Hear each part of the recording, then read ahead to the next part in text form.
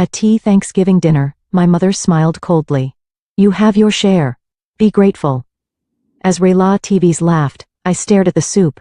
The color looked off. Slowly put my spoon down. My sister glanced at me and smirked. If you're not having it, I will. Thanks. She took a sip, and in that moment, my mother shot up. Wait, that's...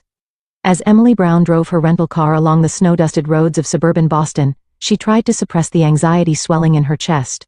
Outside the window, once familiar scenery gradually appeared: rows of maple trees, the red brick library, and the park she often visited as a child. Though everything remained unchanged, she felt as if the home she should return to no longer existed. It had been 3 years since her last visit. Though it was for her father Jonathan's 3rd memorial service, Emily had her reasons for staying away so long. She'd used her busy job at the New York Museum as an excuse, but the truth was that since that day, she felt she no longer had anything she could call home. Stopping the car in front of her family house, Emily caught her breath. The stone-paved path to the entrance was completely redone, and the old rose bushes her father had tenderly nurtured were gone. In their place were geometrically arranged modern plantings in stainless steel planters. It looked like a different house entirely. Emily, you've finally arrived. The door opened, and her mother Victoria appeared. Her perfectly styled hair and expensive-looking cashmere sweater were a far cry from her mother's former modest appearance as a teacher. It's been a while. Emily exchanged an awkward hug with her mother. Richard, Emily's here. Her mother called into the house. Richard Sterling, her stepfather, emerged from the living room with the dignified bearing of a businessman, and quickly approached, placing his hands on Emily's shoulders. Hello, Emily. Finally we meet. Your mother has been worried about you. Emily didn't miss the hint of reproach lurking behind his words. His tone suggested she was a disappointing daughter. And Emily inwardly shuddered at the touch of his hands. Work has been busy, she answered briefly as she stepped into the entrance hall. There, another shock awaited her. The once warm wooden interior had been completely renovated into a cold, modern design of marble and glass. Many of the family photos that had hung on the walls were gone, replaced by abstract art and photos that clearly featured only Richard and her mother. Isn't the house lovely? It's Richard's taste, her mother said proudly. Although the house was left by Jonathan, your father, we had to update it to match the times. At those words, Emily felt as if a hole had opened in her chest. The way her mother started to say her father's name, then corrected herself to your father, gave Emily the sense that something had been irreparably broken. Emily, you finally came. Her sister Natalie came rushing down the stairs. She appeared as perfectly put together as an Instagram post. A designer dress, brand name accessories, and glossy hair. You look well, Emily said as she embraced her sister. Of course. But you're the same as always. Natalie looked Emily up and down, her designer sweater and jeans, and sniffed slightly. Is that the fashion in New York? Emily just smiled instead of responding. She knew her sister's words concealed her usual competitiveness. Let me take your luggage to your room, Richard offered. Natalie, help your sister. When Emily carried her own bags upstairs, she found her former room transformed beyond recognition. The warm yellow wallpaper and mementos from her student days were gone, replaced by an impersonal space like a hotel room. We cleared out your room, her mother said from behind. Since you don't live here anymore, we're using it as a guest room. The matter-of-fact way her mother said this left Emily speechless. Her own room where she had spent over 20 years, so easily erased in just 3 years. Is Dad's study still here? Emily suddenly thought to ask. Her mother's expression stiffened momentarily. Yes, though Richard is using it now. Emily set down her luggage and quickly headed toward the end of the hallway. Opening the door to her father's study, she found modern office furniture in place of her father's antique pieces. The books that had once filled the walls were mostly gone, the remainder arranged as mere decoration. We donated most of Jonathan's old books.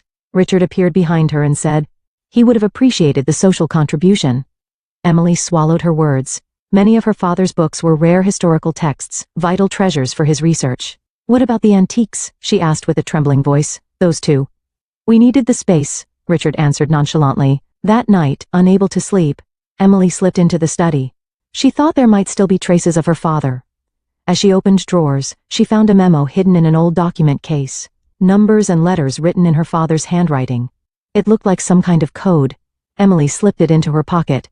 The next day, Thanksgiving Eve, her Aunt Martha and cousin David arrived. Martha, her father's sister, seemed speechless at the changes to the house. Victoria, it's like a completely different house, Martha said quietly. Times move on, Martha, her mother smiled coldly. David drew Emily out to the garden. As a lawyer, he was usually calm and composed, but today he was visibly disturbed. "Emily, I want to ask you something. There are suspicious aspects to your father's estate distribution," he said in a low voice.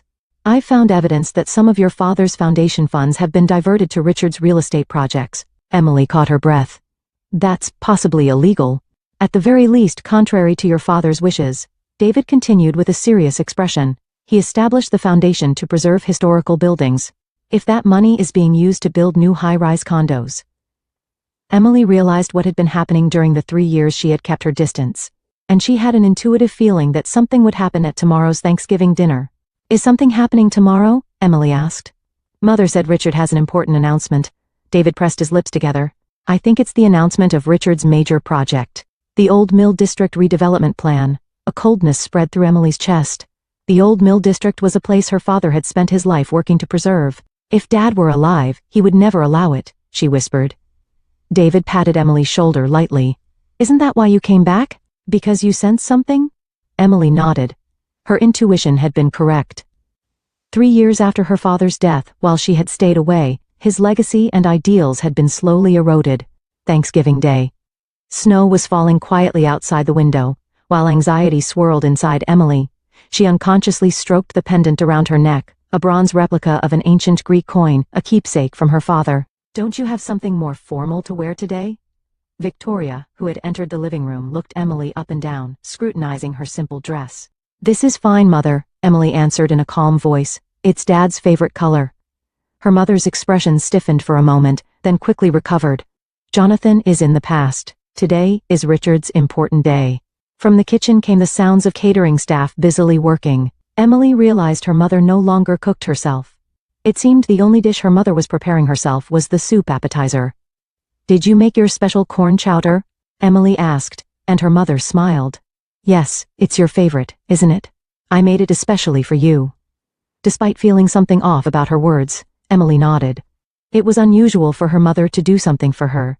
In the parlor, Richard was chatting with several men who appeared to be business partners. Their conversation paused briefly as they looked at Emily. "Emily, so this is the daughter I've heard about," one gray-haired man greeted her. "Richard tells me you work at a museum, the Boston Museum of Fine Arts," Emily answered with a smile. Right, a small museum," Richard cut in. "I've been thinking of introducing you to an opportunity to work somewhere bigger." Emily just smiled without arguing. She sensed something behind his words. In the dining room, an elaborate table setting had been arranged, with silver cutlery and crystal glasses. What had once been a simple family Thanksgiving had become a spectacle. Aunt Martha and Cousin David entered, exchanging glances with Emily. David quietly asked, "Found anything?" "I decoded Dad's memo. I placed a recording device under the seats," Emily whispered back. Natalie appeared in a flashy dress, chatting like a flower among Richard's business partners. Emily watched her sister's radiant figure, wondering how much she understood of the situation. "Everyone, it's time for dinner." Richard's voice echoed throughout the room, and the guests took their seats. Next to Emily sat David and Aunt Martha. Across from them sat her mother, Richard, and Natalie. "Let's start with a warm soup," her mother said, and maids brought in silver soup bowls. Looking at the soup placed before her, Emily faltered for a moment. It was noticeably lighter in color than the corn chowder served to everyone else. "You have yours too. Be grateful," her mother said quietly with a cold smile. That expression sent a chill down Emily's spine. "Let's eat," Richard declared, and everyone picked up their spoons. While relatives chatted amicably, Emily stared at her soup. On the night her father died, her mother had also served a special soup. That memory came back vividly. "Sis, you're making that critical face again," Natalie teased. "You're always so grumpy, even though we have such a good life thanks to Richard." Emily silently smiled and secretly took out her smartphone to photograph the soup. "Tonight is a special night," Richard said, raising his glass. "After dinner, I have an important announcement for everyone. You might be particularly interested, Emily." Meeting his meaningful gaze, Emily responded without flinching. "I'm looking forward to it." As the table conversation continued, Emily dipped her spoon in the soup and checked the smell. Something smelled different than usual. She quietly set her spoon aside. "Sis, always so critical," Natalie said maliciously. "If you're not going to eat it, I'll take it." "Thanks." With that, Natalie pulled Emily's bowl toward herself. Emily tried to stop her but wasn't fast enough. Natalie took a sip of the soup. Emily's gaze turned to her mother and Richard, and their expressions froze momentarily. Emily exchanged glances with David, who casually took out his smartphone and began recording. The moment Natalie swallowed the soup, her mother suddenly stood up. Wait. That's her mother's scream-like voice dominated the table. Richard confronted her with, "What have you done?"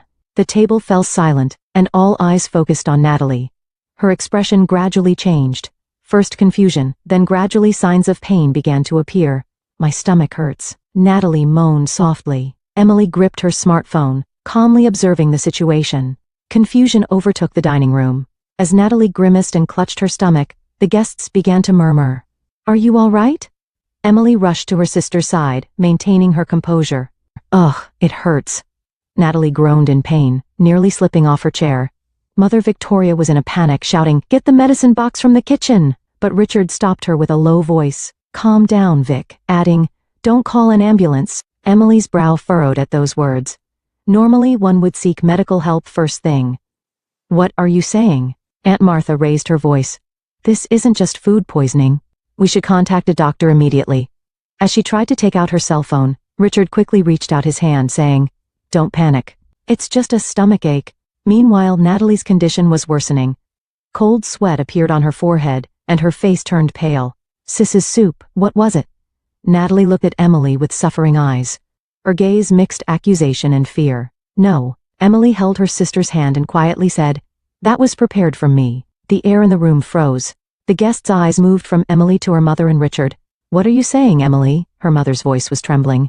"It's just an accident. Natalie just had a bad food combination." But behind that excuse, her mother looked at Richard and whispered, "This was your idea." Though it was a small voice, it was audible enough in the silent room. Richard gripped her mother's arm tightly and said harshly in her ear, "Don't ruin this important night." Then he turned to the guests with a smile and said, "It's just food poisoning. No need to worry." "I'll get some medicine," Emily said in a calm voice, and looked at David. "David, bring your laptop. Let's go to Dad's study." Leaving Natalie with Aunt Martha, the two quickly went upstairs. Entering her father's study, Emily firmly closed the door.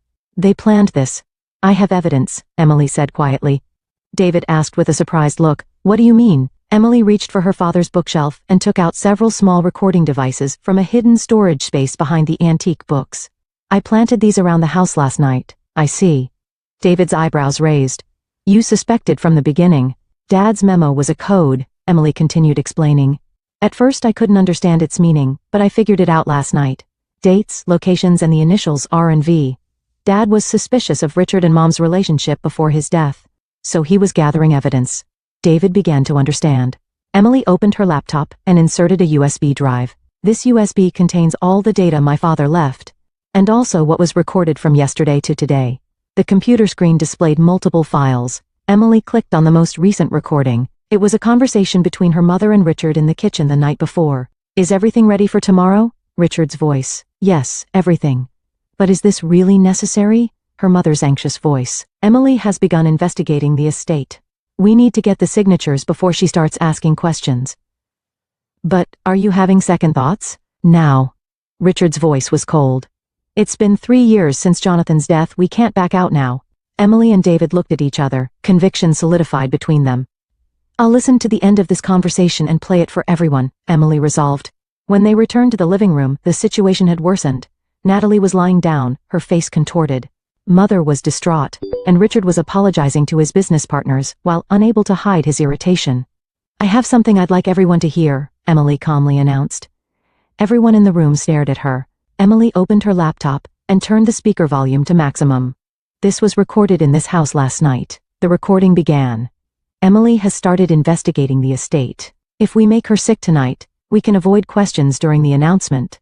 Richard's voice. "Is this really okay? She's my daughter." Her mother's voice. "We need to get her to sign the documents before our diversion of Jonathan's foundation funds to the project is discovered. Everything will be made public at tomorrow's announcement. There's no turning back. I'll put laxatives in her soup. It should be strong enough to keep her from catching her return flight." When the recording ended, the room was enveloped in a death-like silence. Richard's business partners exchanged glances, showing their discomfort. "This is a fabricated edit." Richard raised his voice. "Emily, you have the same delusions as your father. You're twisting the facts." But his words rang hollow. The evidence was already clear, and his panic was showing in his attitude. "Mom, is it true?" Natalie asked in a weak voice.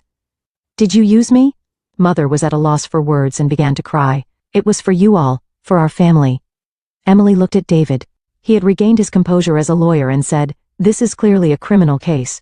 There's a possibility that something more dangerous than laxatives was included. Let's call the police." Aunt Martha took out her cell phone. Richard's face twisted with anger. "Nothing has been proven. It's just a prank."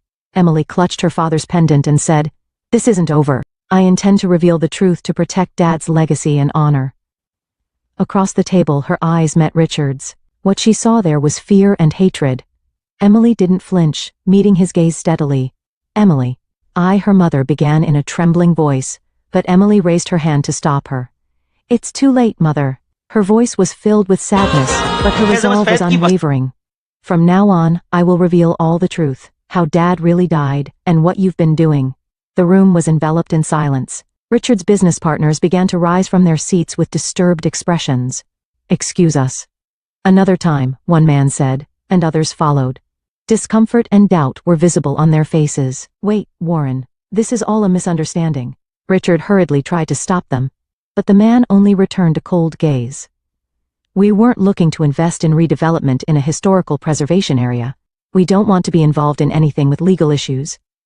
The sound of the door closing seemed to announce the end of Richard's ambitions. Red-faced, he turned to Emily. "This is a fabricated edit," Richard shouted in an angry, trembling voice. "You're just like your father, always getting in the way." Mother Victoria collapsed into a chair, sobbing. "Emily, what have you done? Are you trying to destroy our family?"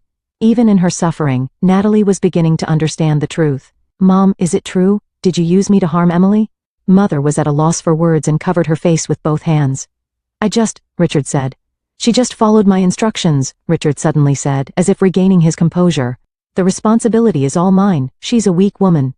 At those words her mother's face lifted, showing an expression mixed with surprise and humiliation. "That's not all," Emily said quietly, opening her father's laptop. "Dad left something else." She selected a file and pressed play. Jonathan's voice filled the room. It was recorded on his final day. "Today, Richard Sterling tried again to access my research materials. What he's after is evidence of the historical value of the old mill district. He and my wife Victoria." The recording suddenly cut off there. "What's the rest of it?" Richard challenged. "There isn't any, is there?" Jonathan couldn't prove anything. "He died of a heart attack." "No one will believe you. He died of a heart attack." The resonance of those words changed the atmosphere in the room. David spoke in his lawyer's voice. "I request a reinvestigation into my uncle's cause of death and an audit of the foundation funds. There is clear evidence of embezzlement." Richard could no longer contain his panic and raised his voice. "What do you know?" Mother suddenly cried out. "Enough." She stood up and pushed back her hair with trembling hands. "Emily, your father knew about our relationship and threatened us." At those words, everyone in the room gasped. "Victoria, shut up." Richard grabbed her mother's arm, but she shook him off. "No, I want to end this," her mother said, crying. "Jonathan discovered my relationship with Richard and said he would divorce me. I was about to lose everything, my status, my reputation." Emily quietly asked, "So you killed Dad?" Silence dominated the room. The blood drained from her mother's face. "No. We were just talking, he got excited, and had a heart attack." Richard no longer had the energy to maintain appearances and showed his true nature. Jonathan was just intoxicated with his discoveries and couldn't take action. That land had the potential to change this town, but he only wanted to protect old buildings. He stared at Emily with hatred-filled eyes. Because of him, the plan was delayed for years. It was fortunate that he died. At those words, certainty was born in Emily's heart. She opened another file from her father's laptop. It was her father's research data. "This is Dad's final research." Emily showed the screen to everyone. Evidence of 18th century structures discovered under the old mill district. With this discovery, that land would unconditionally be designated as a historical preservation area. Such things are. Richard's face turned pale. "Dad's research was complete. He just died the day before he was going to announce it," Emily said calmly. "You benefited from Dad's death and hid his research. And you manipulated Mom to divert the foundation's money to your own plans." Natalie finally stood up and shouted at her mother, "You've been lying all this time? You were involved in Dad's death too?" "Nat." Her mother was at a loss for words. "I'm calling the police." David had already taken out his phone. Suddenly Richard shouted, "Don't come any closer," and picked up a knife from the table. The air in the room froze with tension. "Richard, stop!" her mother screamed. Emily, unflinching, looked into his eyes. It's over. Dad's death, your plans, everything will be revealed. I have nothing to lose, Richard said in a low voice. At that moment, sirens sounded in front of the house. Someone had called the police. The knife fell from Richard's hand, and he collapsed into a chair. Emily, her mother called out in a trembling voice. I didn't mean to hurt you. I was manipulated by Richard. Emily calmly replied, it's too late. She closed her father's laptop and clutched her father's pendant. I will protect Dad's honor, and the buildings he tried to protect with his life. As the sounds of police officers entering the house could be heard, Emily gazed at the continuing snow outside the window. Thanksgiving night had put an end to the family's long-kept secrets. It took 3 years for the truth to come to light. In her chest, sadness and a sense of release spread simultaneously. This was an end, but also a new beginning. Late autumn, 1 year later, Emily stood in front of an old brick building in the Old Mill District. A new copper plaque reading Jonathan Brown Historical Preservation Foundation shone on the front of the building. Your father would have been delighted to see this. Turning around, she saw Aunt Martha approaching with a smile. Emily nodded, clutching her father's pendant. Today is finally the opening ceremony, Emily said quietly. In her mind, the turbulence of the past year flashed like a slideshow. Richard had been indicted for fraud, embezzlement, and conspiracy charges, and was still on trial. His business empire had collapsed, and the land slated for development had been designated as a historical preservation area, based on her father's research findings. Mother Victoria, though an accomplice, had her sentence reduced for being under Richard's influence and cooperating with the investigation. She was now serving her days of atonement through community service. Since that night, the relationship between Emily and her mother remained broken, but at least they spoke on the phone once a month. Ready? David appeared with a document case in hand. The mayor has already arrived. Emily took a deep breath and answered, let's go. In the foundation hall, local people and those involved in historical preservation, quiet applause arose. Thank you all for gathering here today, she began in a calm voice. I am truly happy that this foundation can officially begin its activities, continuing the wishes of my father, Jonathan Brown. Among the audience, Emily found a familiar face. It was her sister Natalie. She was no longer in her former flashy appearance, but in a simple, elegant outfit, smiling modestly. After that incident, Natalie had left Richard's company and disappeared for a while. She had contacted Emily again 6 months ago. Now she was helping with the public relations of historical preservation activities, utilizing her social media skills. The rift between the sisters hadn't completely disappeared, but at least they could cooperate for a common purpose. After the speech, Emily walked over to Natalie. Thank you for coming, Emily said. How could I not? Natalie replied, seeming a bit embarrassed. It's the day Dad's dream comes true. Side by side, they gazed at the restored exhibit of their father's study. His research materials and beloved antiques were carefully arranged there. Have you heard from Mom? Natalie quietly asked. Emily nodded. She says she can't come for Thanksgiving. She doesn't seem ready yet. I guess that can't be helped, Natalie sighed. But at least she's still making amends. That alone. In Natalie's expression as she trailed off, Emily sensed a maturity she had never seen before. That incident had changed her sister significantly too. After the ceremony, Emily remained alone at the restored exhibit of her father's study. As she gazed at her father's possessions neatly arranged in glass cases, David approached with an envelope. I found this, he said. It seems to be your uncle's last letter. It's addressed to you and was hidden among his personal effects. With trembling hands, Emily accepted the envelope and took out the letter inside. Words written in her father's handwriting jumped out at her. To Emily. If anything happens, I think you'll be reading this letter. I know my research is in danger, but the truth will always come to light. I believe in you. You can protect this town's history. I love you. Tears streamed down Emily's cheeks. Her father's words warmly resonated in her heart. Outside the window, snow had quietly begun to fall again. Thanksgiving was approaching once more. This time, it would be a holiday built on new bonds and truth. Emily held her father's pendant to her chest, gazing out the window. A family story of hurt, loss, and regeneration. She felt that this was not an end, but the beginning of a new chapter.